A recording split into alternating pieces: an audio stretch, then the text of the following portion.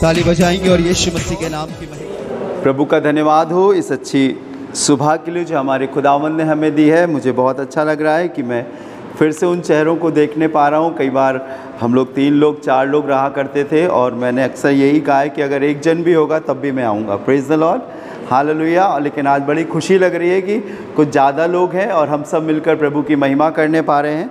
जैसे जब हम सुबह उठते हैं तो हम बहुत सारे ऐसे हमारे दिनचर्या के काम हैं जिन्हें रोज़ सुबह उठकर हमें करना ज़रूरी है। चाहे हमें ब्रश करना हो, अपना मुंह धोना हो, वॉशरूम जाना हो, कपड़े चेंज करना हो, ऐसे ही हमारे आत्मिक जीवन की कुछ ऐसी चीज़ें जिन्हें हमें रोज़ करना है, जिन्हें हम टाल नहीं सकते। जैसे मान लीजिए कि आप फ्रेश नहीं हुए तो आपका दिन कैसा गुजरेगा। अगर आपने मुंह नहीं धोया तो आपका चेहरा कैसा लगेगा। अगर आपने ब्रश नहीं किया तो आप क्या किसी के सामने बैठकर बात करेंगे, मुंह से बदबू आएगी। वैसे ही हमारी आत्मिक जीवन के लिए सुबह कुछ ज़रूरी है और अगर हम उन्हें टाल देंगे तो एक दिन हमारा जीवन बिल्कुल आलस से भर जाएगा और फिर कई बार हमारा मन भी नहीं करेगा कि हम प्रार्थना करें, हम वचन पढ़े, हमें बिल्कुल सुस्ती और आलस खा जाएगा और एक दिन ऐसा लगने लगेगा कि हमें प्रभु की हुजूरी से चिढ़ लगने लगेगी। और ये शैतान का बहुत बड़ा तीर है और बाइबल में लिखा हुआ है अंत के दिनों में लोग आलसी हो जाएंगे, ऐसा लिखा है तीमुथियुस की किताब में। मैं एक दिन विकी को बोल रहा था जब हम लोग आराधना में थे कि देखना एक दिन ऐसा समय आएगा कि लोगों को बोलोगे तब भी नहीं आएंगे। लेकिन हम खुदा का शुक्र करते हैं कि हम सब में ये आदत डाली जा रही है, हमें बताया जा रहा है कि प्रभु का समय कितना इम्पोर्टेंट होता है। हालेलुया, कितना ज़रूरी होता है। और आज मैं बहुत खुश हूँ आप लोग को देखकर। एक अच्छी सी बात आपके बीच में बांटना चाहूँगा। विश्वास करता हूँ प्रभु आपको बरकत देगा। कहीं ना कहीं हम सभी अपने जीवन में, चाहे वो छोटा हो या बड़ा हो, अमीर हो या गरीब हो, स्त्री हो या पुरुष हो, जवान हो या बुजुर्ग हो, कहीं ना कहीं किसी ना किसी क्षेत्र में इंसान दौड़ रहा है। दौड़ रहा है कि नहीं दौड़ रहा? कोई अपनी एजुकेशन लाइफ में दौड़ रहा है, कोई अपने कामकाज में दौड़ रहा है, कोई अपनी घरेलू ज़िंदगी में दौड़ रहा है, कोई अपनी पारिवारिक जिम्मेदारी को पूरा करने के लिए दौड़ रहा है और ये रेस चल रही है। और उसी प्रकार हमारे आत्मिक जीवन की भी एक रेस है और हमारा मलयुद्ध हमारे मन से कई बार शैतान और शैतानी ताकतों से होता है। कई बार हम फतेह प्राप्त करते हैं लेकिन कई बार हम हार जाते हैं। पर जब हम प्रभु यीशु मसीह में हैं, अगर हम संसार से अलग किए हुए लोग हैं, तो हमारे लिए परमेश्वर का वचन है कि अगर तुम इस रेस में हो, इस दौड़ में हो, रेस टू विक्ट्री, विजय की दौड़, एक फतेह की दौड़, क्योंकि हम एक ऐसे प्रभु के लोग हैं जो जयवंत है। क्या है? जयवंत है, विजयी है और वो कभी नहीं चाहता कि उसके लोग हारें। हालेलुया।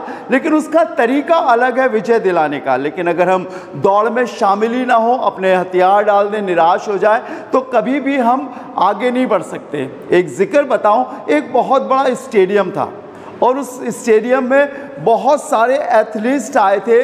पूरे सारे संसार में जितनी कंट्री है वहाँ के, जापान का, इंग्लैंड का, अमेरिका का, ऑस्ट्रेलिया का, और अच्छी बात थी कि उसमें इंडिया का भी एक एथलीट था जो दौड़ने वाला था और स्टेडियम खचाखच भरा हुआ था। इतना भरा हुआ था कि जगह पैर रखने की जगह नहीं थी और सारे लोग अपने अपने एथलीट्स को जो रेसिंग करने वाले थे उनको खूब बकअप और खूब उसका नाम ले लेके ज़ोर से बोल रहे थे तुम जीतोगे जीतोगे। इन लोगों ने बहुत दिनों से अभ्यास किया था कि ये इस रेस को जीतें और स्टेडियम में बहुत सी आवाज़ थी। और पहले समय में जब रेस शुरू हुआ करती थी तो 1 2 3 बोलते थे, लेकिन अब जब रेस शुरू होती है तो एक पिस्टल से गोली चलाई जाती थी और उसकी आवाज़ होते ही जो दौड़ने वाले थे धावक वो दौड़ते थे। सो उसमें इंडिया का भी रेसलर था, दौड़ने वाला रेसर था। उसके बाद जब रेस शुरू हुई सब अपने अपने खाने में अपनी अपनी पगडंडी में खड़े हो गए और दौड़ने के लिए तैयार हो गए और वो गन चलाई गई और सब ने अपनी दौड़ शुरू करी और करीब करीब 4 चक्कर उसके लगाने थे और काफ़ी लंबा बड़ा स्टेडियम था। सब दौड़ रहे थे और इंडिया का भी धावक दौड़ रहा था और कई लोग धीरे दौड़ रहे थे, एक राउंड पूरा कर लिया, कई लोग थोड़ा तेज़ दौड़ रहे थे, कुछ आगे थे कुछ पीछे थे। इतने में स्टेडियम में से ज़ोर से आवाज़ आई कल्लू। कल्लू नाम इंडिया वाले का था। तो जैसे ही उसे कल्लू बोला उसने ऐसे पलट के पीछे देखा मुझे कल्लू किसने बोला। इतने में बगल वाला क्या हो गया, आगे निकल गया, वो रह गया। खुदा के लोगों, कई बार हम इस दौड़ में शामिल हैं। हमने कहा खुदा हम प्रार्थना करेंगे, हम वचन पढ़ेंगे, हम आज्ञा मानेंगे, हम निष्कपट जीवन जिएंगे, लेकिन कई बार जब हम आगे बढ़ते हैं तो ये सारी चीज़ें हमें पीछे खींचती हैं। और इंडिया का रेसलर हार गया, क्यों हार गया? क्योंकि उसने दूसरे की आवाज़ सुनी। जब हम इस दौड़ में शामिल हैं तो बहुत चीज़ें आपको रोकेंगी, आपके गोल से, आपके उद्देश्य से, आपकी मंजिल से आपको पीछे करेंगी। लेकिन आपको मालूम है बाइबल आपके लिए क्या कहती है? संसार के लोगों के लिए नहीं कहती, पर आपके लिए कहती है। आप पढ़ना चाहें तो मेरे लिए पढ़े, 1 कुरिन्थियों 9वां अध्याय उसका 24वां पद पढ़े। देखिए क्या लिखा हुआ है। 1 कुरिन्थियन चैप्टर 9 वर्स 24। 1 कुरिन्थियों 9वां अध्याय 24वां पद। जी, क्या तुम नहीं जानते कि दौड़ में तो दौड़ते सब। ये मेरे और आपके लिए है जो प्रभु के लोग हैं, वचन पढ़ने वाले हैं, आत्मिक जीवन जीने वाले हैं, बाहर वालों के लिए नहीं है। मेरी बात मानिए, ये उनके लिए नहीं है जो पैसा लेके काम करते हैं, ये उनके लिए जिन्होंने खुशी से यीशु मसीह को अपना उद्धारकर्ता माना है। हालेलुया। ये वो लोग हैं जिनको प्रभु ने चंगा किया है। ये वो लोगों के लिए बात कर रहा है जो गिरते हैं और प्रभु उन्हें उठाता है। हालेलुया। जो हमेशा परीक्षाओं का सामना करते हैं, जिनके खिलाफ बहुत लोग रहते हैं, उनके लिए है ये बात। पढ़िएगा बेटा। क्या तुम नहीं जानते कि दौड़ में तो दौड़ते सभी, कि दौड़ में तो दौड़ते सभी हैं, परंतु इनाम एक ही ले जाता है। तुम वैसे ही दौड़ो कि जीतो। हालेलुया। बैठ जाइए बेटा। तुम वैसे ही दौड़ो कि जीतो। और उस दौड़ को दौड़ने का तरीका परमेश्वर के वचन में लिखा हुआ है। इस बात को जानिए, अगर आप संसारिक रीति से दौड़ोगे, आप संसारिक चीज़ों को अपने जीवन में शामिल करोगे, तो कोई रुकावट आपके जीवन में नहीं आएगी। लेकिन अगर आप प्रभु के वचन के अनुसार दौड़ोगे तो मालूम है आपको, आपका विरोधी सबसे पहले आपका अपना होगा। जब यीशु अपनी खिदमत को किया करता था, 33.5 साल की उम्र में 3.5 साल उसने सेवकाई करी। आपको मालूम है उसके विरोधी कौन थे? बाइबल में लिखा है जब वो नासरत में आया तो वहाँ उसने लोगों को चंगा नहीं किया। गलील में किया और दूसरी जगहों पर किया, लेकिन वहाँ क्यों नहीं किया? बाइबल में उसके बाद लिखा है कि नबी अपने वतन में इज्जत नहीं पाता। परमेश्वर के लोगों, जब आप इस दौड़ में शामिल हो रहे हो, आपका मन भी आपके खिलाफ आएगा, आपके लोग भी आपके खिलाफ आएंगे। और यीशु मसीह के और भी संसारिक भाई बहन थे। मरियम के यीशु के बाद और भी संतानें पैदा हुई। मालूम है वो कहते थे यीशु मसीह के लिए कि इसका चित्त ठिकाने नहीं है। अपने लोग होंगे।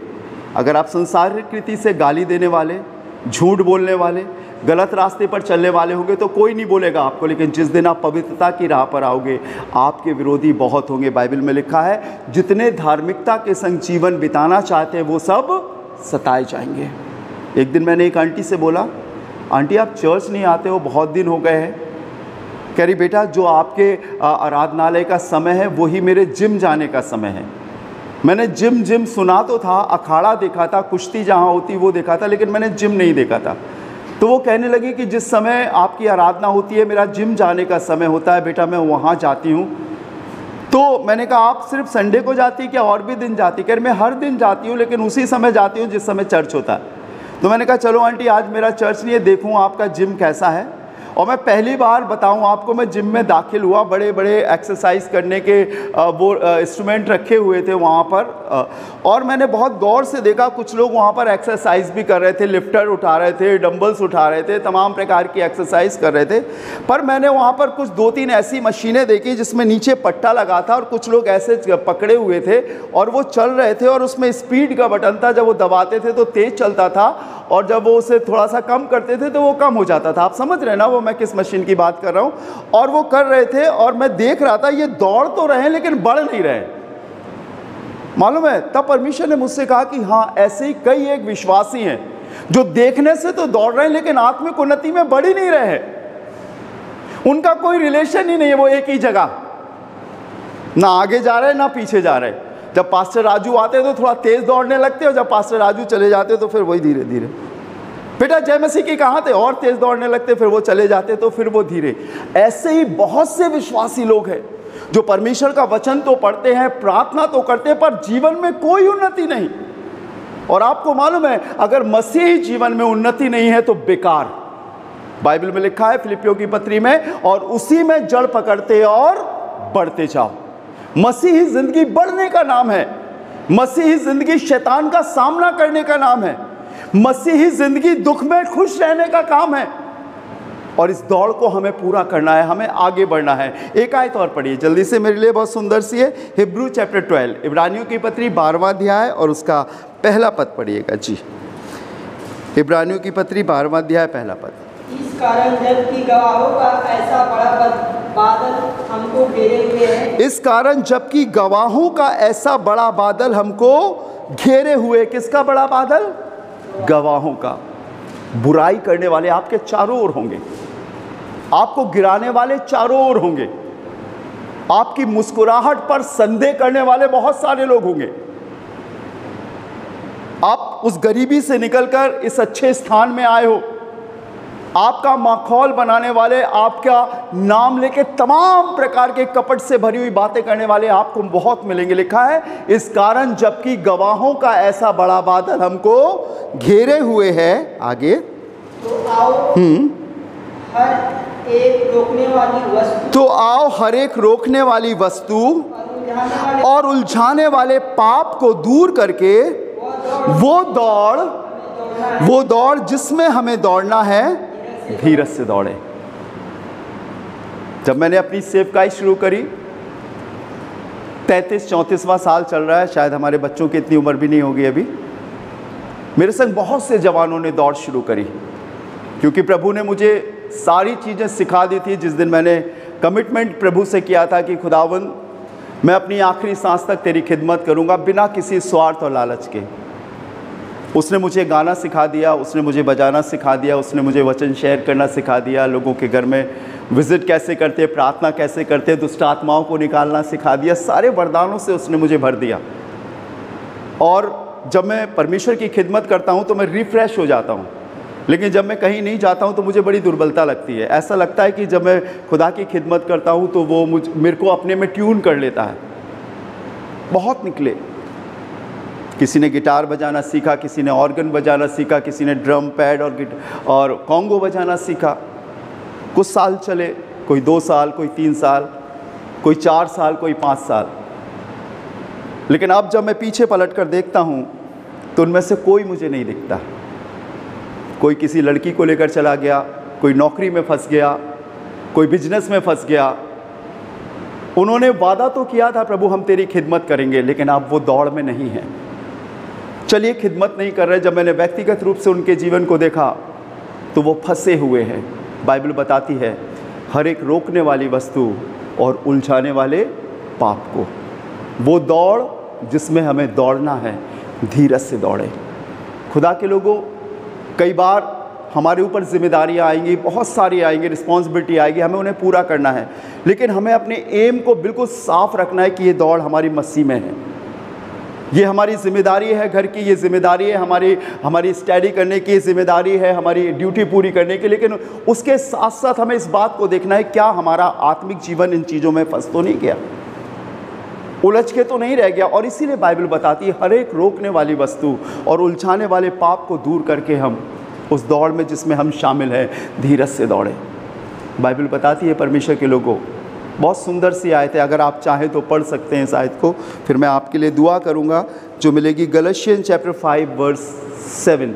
गलतियों की किताब उसका 5वां अध्याय और उसका 7वां पद पढ़िएगा। तुम तो भली भांति दौड़ रहे थे। क्या लिखा हुआ है विकी, फिर से पढ़िएगा। तुम तो भली भांति दौड़ रहे थे। हम सब उस दौड़ में शामिल हो गए थे। जब हमने प्रभु को जाना, जिस दिन हम बहुत बीमार थे, जिस दिन हम बहुत फंसे हुए थे और हम बहुत आंसू बहा रहे थे, शायद मृत्यु हमारे द्वार पर खड़ी थी, शायद बहुत सारे शैतानी लोग हमारे चारों ओर थे, हम दुआ कर रहे थे, प्रभु हमें बचा ले, हमें बचा ले, हमें बचा ले, हमें चंगा कर, हमें जीवन दे, हम कभी तुझसे नहीं हटेंगे। और प्रभु ने बचा लिया। लेकिन जब हम बच गए तो हम प्रभु के उस अनुग्रह को भूल गए। हम पहले फेल हो गए थे किसी की एक सब्जेक्ट में बैक लगी थी, किसी की 2 सब्जेक्ट में बैक लगी थी, लेकिन फिर हम लोगों ने प्रार्थना करी, प्रभु ऐसा कर हम आगे बढ़ेंगे। और एक साल ऐसा आया था कि किसी की भी बैक नहीं लगी थी। हम भूल जाते हैं। बाइबल बताती है तुम तो भली भांति दौड़ रहे थे, प्रभु मैं तेरा समय तुझे दूंगा, तेरी आराधना में आऊंगा, मैं घुटने टेक कर प्रार्थना करूंगा, कुछ नहीं तो हफ्ते में 1 दिन उपवास रखूंगा, मैं अपने हॉस्पिटल के लिए, अपने माँ बाप के लिए, अपने स्टाफ के लिए, अपने संगातियों के लिए प्रार्थना करूंगा। भली भांति दौड़ रहे थे। और मुझे बहुत अच्छा लगता था जब हमारे जवान मेरे पास आकर पूछते थे, भैया ये देखिए परमेश्वर ने मुझसे बात करी, वचन शेयर करते थे। भली भांति दौड़ रहे थे। फिर क्या लिखा हुआ है? तुमको क्या लिखा है? अब किसने तुम्हें रोक दिया है कि सत्य को ना मानो। मैं अपनी रुकावट के विषय में भली भांति जानता हूँ, आप अपनी रुकावट के विषय में भली भांति जानते हैं। इतना ज़्यादा अपने आप को ना उलझाएं कि आप उस दौड़ से बाहर हो जाएं, डिस्क्वालीफाई हो जाएं। पौलुस कहता है मैं उस निशाने की ओर दौड़ा चला जाता हूँ ताकि उस इनाम को पाऊँ जो परमेश्वर ने मेरे लिए रखा है। और यही बाइबल बताती है तुम ऐसे दौड़ो कि जीतो, तुम ऐसे दौड़ो कि जीतो, कोई आपको कुछ ना कहने पाए। आत्मिक रूप से आप इतने स्ट्रांग हो कि बड़ी से बड़ी परीक्षा आपके जीवन में आए, बड़े से बड़े पहाड़ आपके जीवन में आए, वो आपको गिरा ना सके। आप उस दौड़ में शामिल हो। यीशु मसीह के नाम से प्रार्थना करके उन सारे पहाड़ों को दूर करते जाइए और आगे बढ़ते जाइए, आगे बढ़ते जाइए। और जैसा वचन में लिखा है तुम ऐसे दौड़ो, द रेस ऑफ विक्ट्री, ये विजय की दौड़ होनी चाहिए। 12 चेले थे लेकिन एक डिस्क्वालीफाई हो गया। क्यों? दौड़ में तो वो भी शामिल था लेकिन कुछ चीज़ ने उसे उलझा दिया और पीछे हटा दिया। हम सब ने दौड़ शुरू करी है। हमारा गंतव्य, हमारा मुकाम, हमारी मंजिल क्या है, हम देखें क्या हम सही रास्ते पर हैं। मैं संसारिक रीतियों की बात नहीं कर रहा हूँ, मैं आत्मिक रीतियों की बात कर रहा हूँ। आपका आत्मिक जीवन, आपका प्रार्थना का जीवन, आपका खुदा से रिलेशन का जीवन कैसा है? क्या आज भी आप प्रार्थना करते हो? करते हो तो क्या रिवाजी करते हो, या प्रार्थना करने में आपको महसूस होता है कि परमेश्वर की सामर्थ आपके पास आती है? मैं आज भी एंजल्स को महसूस कर सकता हूँ, आज भी मैं स्वर्गदूतों को महसूस कर सकता हूँ, आज भी मैं ज़मीन पर स्वर्ग को महसूस कर सकता हूँ। हालेलुया। वो एहसास खुदा दिलाएगा। आइए दौड़ में शामिल हो। Let us close our eyes. अपनी आंखों को बंद करेंगे, दुआ करें। राजाओं के राजा, प्रभु के प्रभु, मैं आपका धन्यवाद देता हूँ, आपकी स्तुति, आपकी महिमा करता हूँ। प्रभु मेरा सौभाग्य प्रभु कि मैं तेरे लोगों से तेरे वचन के द्वारा बात कर सकता हूँ। आज प्रार्थना करता हूँ प्रभु हमारे लोगों को आशीष दे। प्रभु हम इंसान हैं, हमसे चूक होती है, लेकिन बार बार तेरा वचन हमें सतर्क करता है, उठाता है और फिर से उस रेस में शामिल करता है प्रभु जो तूने हमारे लिए तैयार की है। ऐ खुदावंद मैं आपसे प्रार्थना करता हूँ हर एक को आत्मिक जीवन जीने की ताकत और शक्ति दे प्रभु। इनके संग बने रहे प्रभु जी। हर एक उन कामों में खुदावंद जब ये अपने आप को निर्बल या मायूस महसूस करते हैं प्रभु, उठा और आगे बढ़ा। तेरे वचन में लिखा हुआ है कि धर्मी 7 बार गिरे तो भी उठ खड़ा होता है, लेकिन दुष्ट 1 बार गिरता है तो वो पड़ा रहता है। प्रभु ये तेरी संतान है, तेरे बेटे और बेटियां हैं प्रभु। पड़े रहने वाला कोई ना हो, लेकिन प्रभु ये हर रोज़ अपनी दौड़ में आगे बढ़ते जाएं प्रभु, और उस मुकाम तक पहुँचे जिसके लिए आपने इन्हें बुलाया है। खुदा इनको आशीषित कर, इनके साथ हो प्रभु जी। मैं प्रार्थना करता हूँ यीशु मसीह नासरी के नाम से फिर एक बार अपने हॉस्पिटल के लिए, अपने स्टाफ के लिए, अपने भैया दीदी, शिनू भैया, एनसी मैम, हर एक उन शख्स के लिए प्रभु जिनके कांधों पर प्रभु हमारे इस हॉस्पिटल को आगे बढ़ाने की जिम्मेदारी है। मैं जानता हूँ प्रभु शैतान चतुर है और चालाक है, उसकी योजनाएं बड़ी हैं, लेकिन प्रभु मैं ये भी जानता हूँ कि वो हारा हुआ है और तेरे लोग आखिरी तक डटे रहेंगे, वो फतेहमंद होंगे प्रभु। अपनी बुद्धि, अपनी सामर्थ दे प्रभु।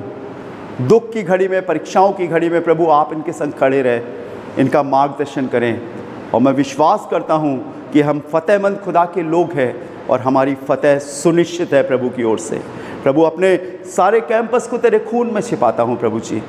दोनों कैंपस पर प्रभु तेरे लहू को लगाता हूँ, उनके दरवाज़ों और गेटों पर।